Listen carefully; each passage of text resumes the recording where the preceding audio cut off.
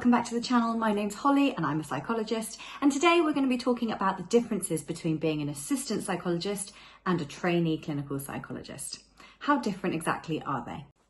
Hello, welcome back to the channel. My name's Holly and I'm a psychologist, and today we're going to be talking about the differences between being an assistant psychologist and a trainee clinical psychologist.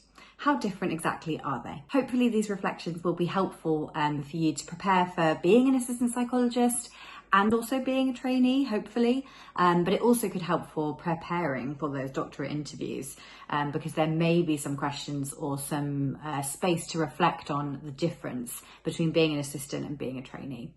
And while this is focused on assistant psychologists, that is simply because it was my experience of going from being an assistant to being a trainee. And you may notice some similarities and some differences in your role if you're a PWP or a support worker, a recovery worker, compared to being an AP. So keep your eyes peeled. Hopefully you'll notice something that's helpful there. So what is an assistant psychologist? An AP, that's how I'm going to refer to them through this video. An AP typically works as part of a team, often a multidisciplinary team, but not always. So multidisciplinary team, we've done a couple of videos on that. That's basically where you work with people from lots of different disciplines, multidisciplinary. So things like you may have medicine, you may have physiotherapists, you may have dietitians, all nursing, you could have all sorts of different disciplines working in one team. And usually psychology is a part of that, hopefully, in lots of settings. But you also may be working just in a psychology service, which is sort of a limited sort of discipline. You may have like counsellors or psychotherapists, but usually it's kind of that, it's sort of multidisciplinary, but not as extensively as if you had lots of other disciplines. So assistant psychologists have an undergraduate degree in psychology, which is accredited usually by the British Psychological Society. So they will, if they don't have an undergraduate degree that's either accredited or in psychology, they will usually need to do a master's conversion course, which is a 1 to 2 year course, depending on where you go, that's BBS accredited, that basically gives you graduate basis for chartership. And to be an AP, often it will say on a job description, you need, graduate basis for chartership. And I think I was the same. I've confused that with I needed to be a graduate member, which costs money. And that isn't the case. It's just you need to have done a degree that gives you that you could register as a graduate member. And also it means that you could go on to do like other training, like training for chartership, so to be a chartered psychologist. So that's the reason. It's basically GBC, graduate basis for chartership, is basically the BPS's, British Psychological Society. It's their way of saying that a person has done the foundation training needed, to build the kind of foundation to build on when you go and do other training to kind of qualify and become chartered. And yeah, I think most, if not all, NHS assistant psychologist jobs will require this. So what is a trainee clinical psychologist? Well, a trainee clinical psychologist, for anyone who doesn't know, is somebody that's studying on a doctorate in clinical psychology, which involves a clinical placement, 5 or 6 clinical placements over the 3 years. In various different areas, and then you also are conducting research. Depending on which course you're on, you'll be doing different kind of levels of research, and learning the skills to work as a qualified clinical psychologist. If you need to know a little bit more, I've done loads of videos on being a trainee when I was a trainee, so there's like days and weeks in the life, and I'll make sure I put them in the description below. So a trainee clinical psychologist studies at university. So the training courses, there's about 30 in the UK, and they all have different kind of patches, so there's no overlap usually. So for example, the Bath course has a patch, and Southampton has a patch, and Oxford has a patch, and they don't overlap really. So yeah, usually one of those courses you are in that area, for example. So they are affiliated with a university. That's who awards the degree, the doctorate degree. And then also they have a range of clinical placements, which are usually, they will be within that patch unless you've got some extenuating circumstances for why they need to be outside of that patch. So that is what a trainee clinical psychologist does. So they're doing that for 3 years. And it's a fixed term contract for those 3 years that they usually have. So they're employed by the local NHS trust.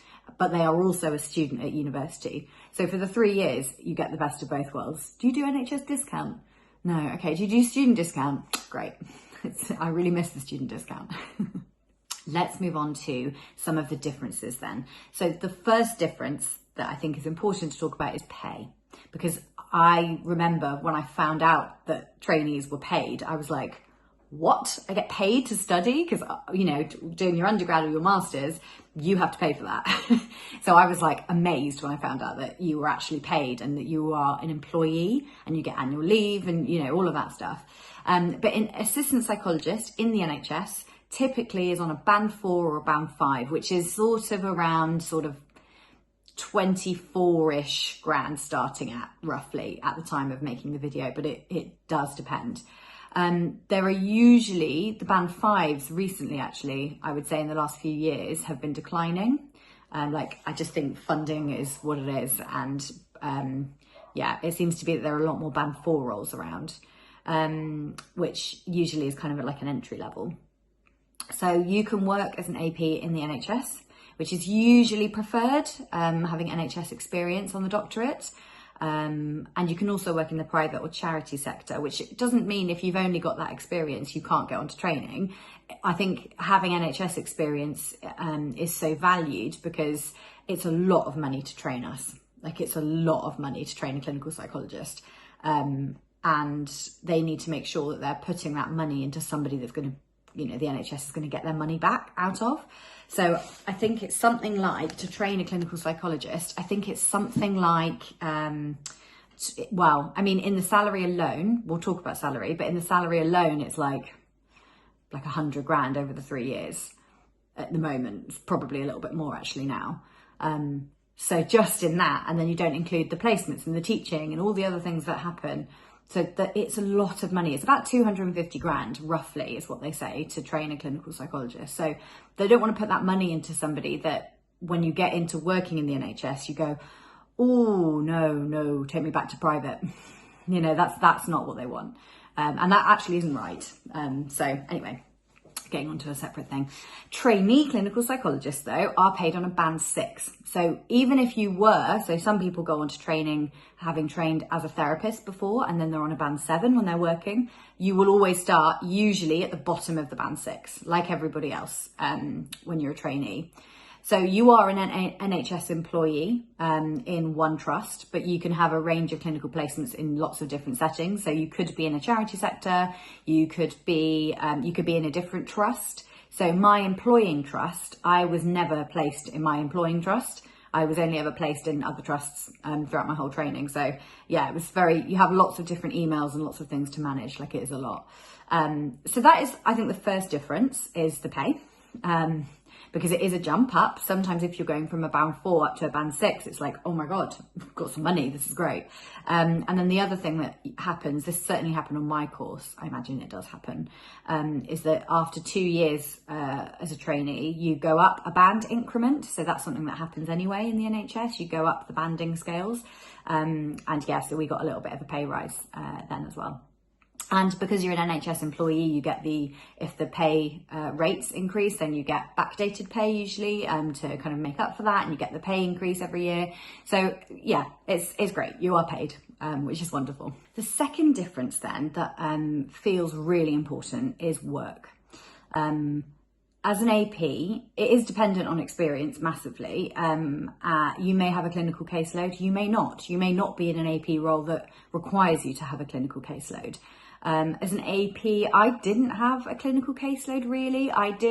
It's difficult. I started as an AP, my first AP job in February 2020. Obviously the world shut down in March 2020 and the infrastructure was not really there for us to do kind of online working in the way that we do now.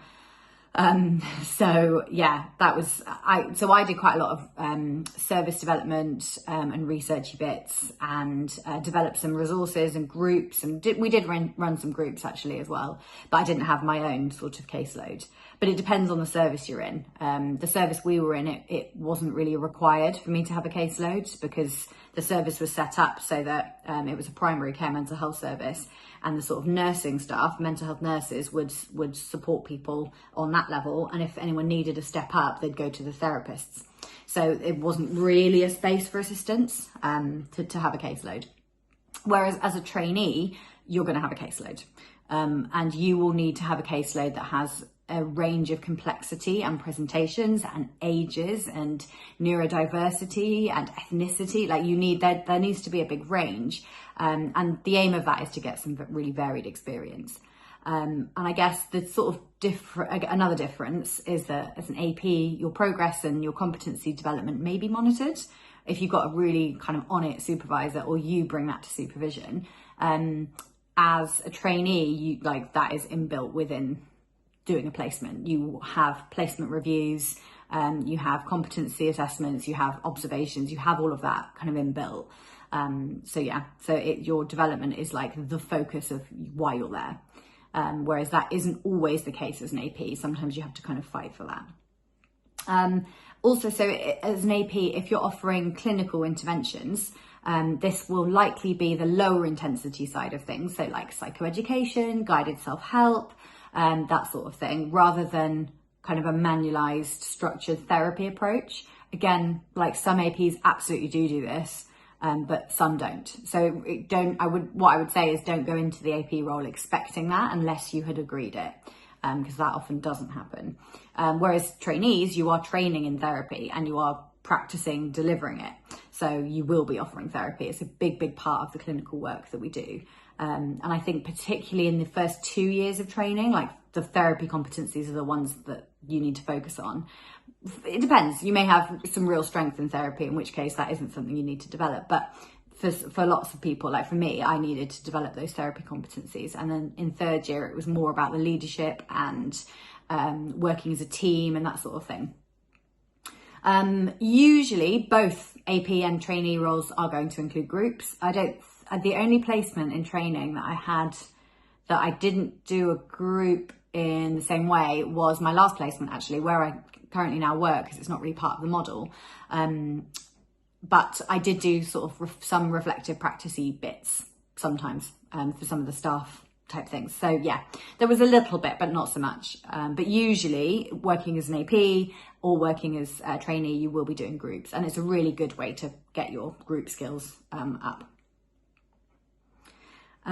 Also, as an AP, your role is likely to involve some service development or audit or resource development, something like that. You are likely to be doing those things.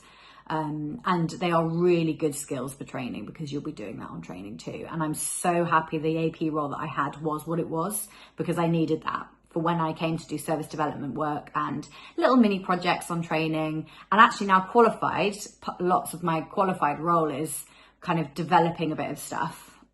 I'm so glad that I had that experience. So take that experience, even if you are like obsessed with getting clinical experience, take the service development and resource development. Is so important. I'm filming this on a Sunday morning, so obviously I need my tea. So the third difference I want to talk about is supervision. And I think supervision can wildly vary, whatever role you're in actually. But as an AP, there is some guidance by the BPS that advises assistants to be supervised for at least an hour a week. That in practice does not always happen. I was really lucky actually in my AP role, because I was supervised by 2 different consultants, and I think we probably did get an hour a week, maybe a bit less at the start, because it was COVID and they had a lot of stuff that they needed and staff that they needed to manage. But certainly when we kind of settled into the pandemic, yeah, I was probably getting a good hour a week, alternating between the 2, which was great. But I do know a lot of APs that are not getting that. And it's really important to try and advocate for yourself in that. I know it's difficult because the power dynamics feel a bit difficult, and we can often feel like we're not the powered group as an AP, but you are an employee, you do have rights. And being an AP is similar to being a trainee in that it's all about your development. So you need to advocate for yourself and say, oh, could I make sure that I'm getting a little bit more supervision? I just feel like it's a really helpful space to reflect and to develop. So that would be really great if I could. So trainees will usually have an hour a week, at least, of supervision on placement. I had one placement where I had an hour and a half. every week, which was between two supervisors, which was really helpful for just the extra hour and a half like that extra half an hour even is so helpful, because I think you can get into some deeper reflections, and it's good. Trainees also have research supervision, and you can have between 1 to 4 supervisors for each project, right? So if you are doing 3 research projects, and let's say you have, usually a minimum is 2 research supervisors, that's 6 research supervisors that you've got. You've got a placement supervisor, maybe 2, that takes us up to 7 or 8. And then you will have supervision from a member of the course team as well. So that's sort of 8 to 9 people that are supervising you at any one time. Like, that's a lot. And you don't have that as an AP at all, because you're not doing as much in the same way. So you will usually have 1 or 2 supervisors as an assistant, and possibly, one of the people I trained with, bless them, had, they were on a lot of split placements. So they had multiple placement supervisors at the same time.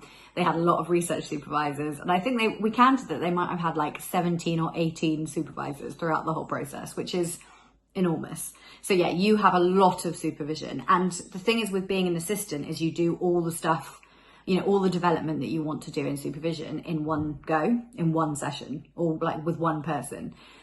As a trainee, you've got space to talk about your research, dedicated, where you wouldn't really talk about placement or like the general academic side. You wouldn't talk with your course tutor necessarily. Actually, with your course tutor, you would talk about all 3 probably. And with your placement supervisors, you're not talking about your research. So you have dedicated space that's really helpful for that development. I want to talk a little bit about some similarities as well that I noticed in going from an AP to a trainee. And the first one is imposter syndrome. I feel like it's something we can't get away from very easily. As an AP, for me, I've been trying to get an AP role for 5 years. Yeah, 5 years, because I applied straight out of my undergrad because I had the degree, so therefore I should be able to get an assistant job. I was applying a lot.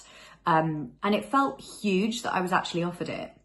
And I remember going into the interview going, this is like my 60th AP interview, like, I'm not going to get it. So I'll just relax and I'll just answer the questions.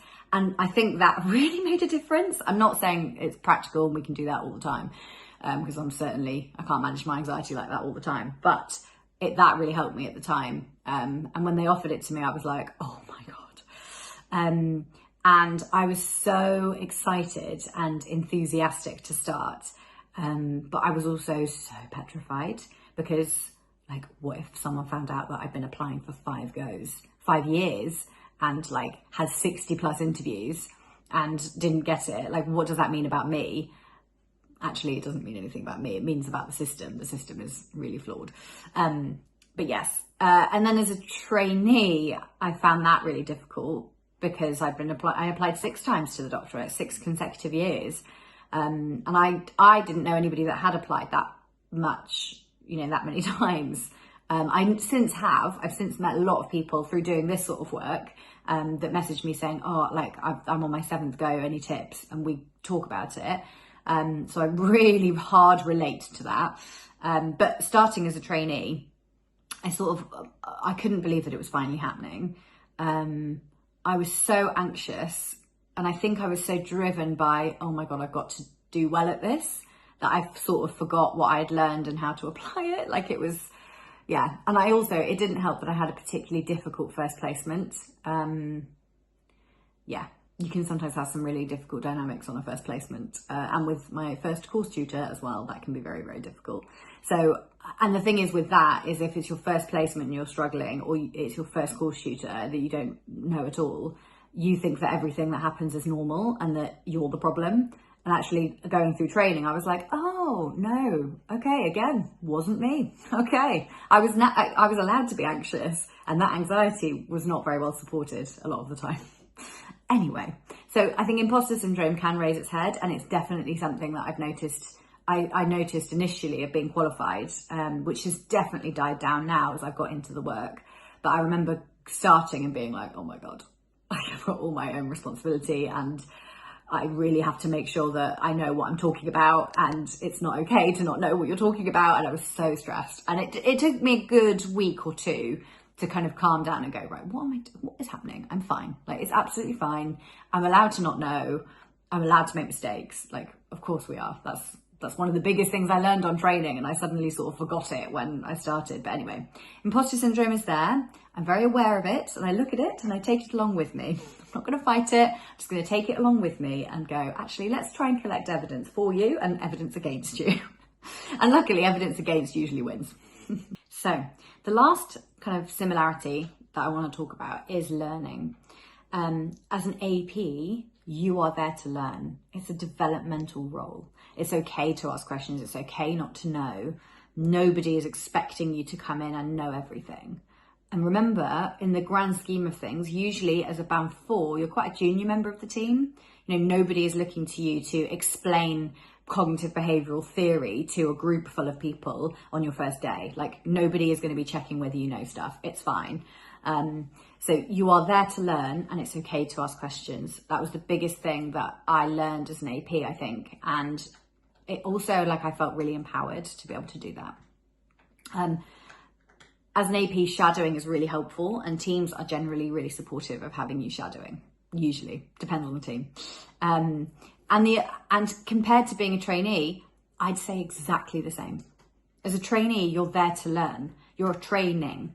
The focus is more on your learning and development as a trainee rather than as an AP, depending.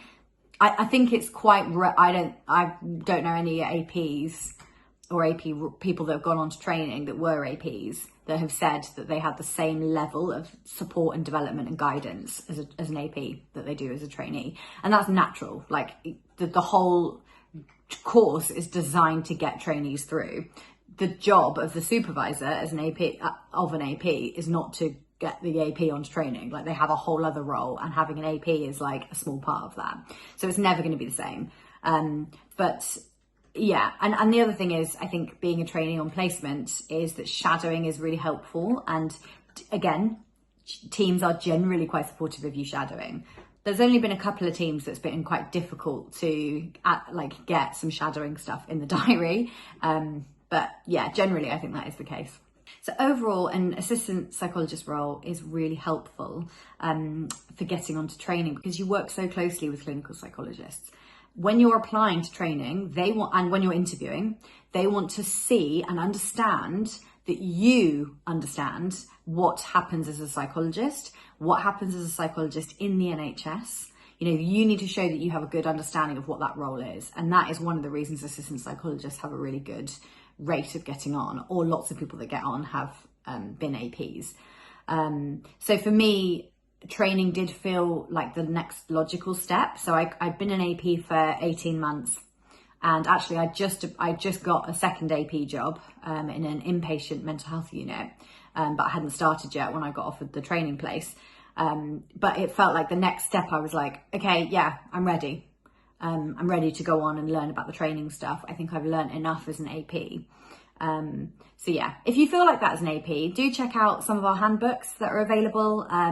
We've got one for doctorate interviews, one for doctorate applications.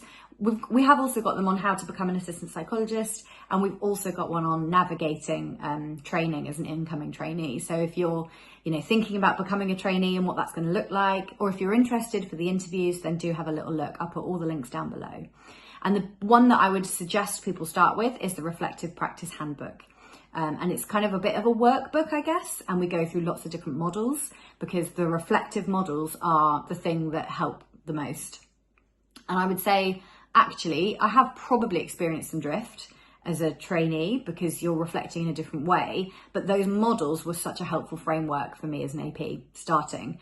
And it was one of the bits of feedback from an unsuccessful doctorate interview, is that I should be using reflective models to better understand myself. Hey, it worked. I'm sitting here as a qualified psychologist now, so that is 100% what I would recommend. So have a little look down below, and yeah, hopefully they can help you get to the next level, or even get onto the doctorate and navigate the doctorate when you're there. Thank you so much for watching, and we'll see you next time. Bye-bye.